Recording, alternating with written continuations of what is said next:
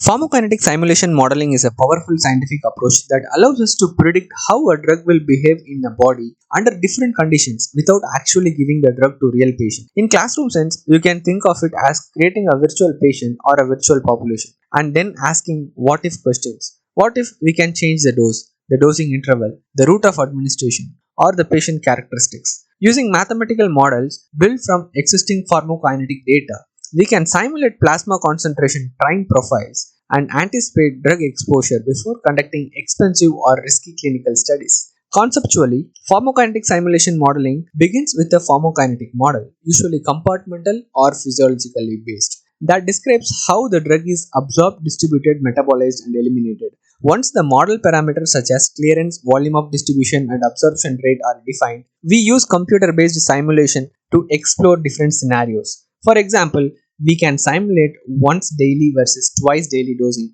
predict drug accumulation after multiple doses, or evaluate peak and trough concentrations. This makes simulation modeling an extension of pharmacokinetics from describing data to predicting outcomes.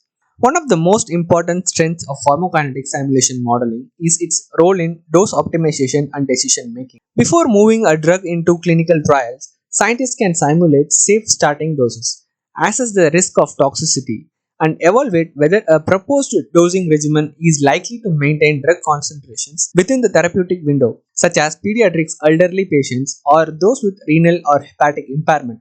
Simulation modeling helps us adjust doses rationally when direct clinical data are limited or ethically difficult to obtain.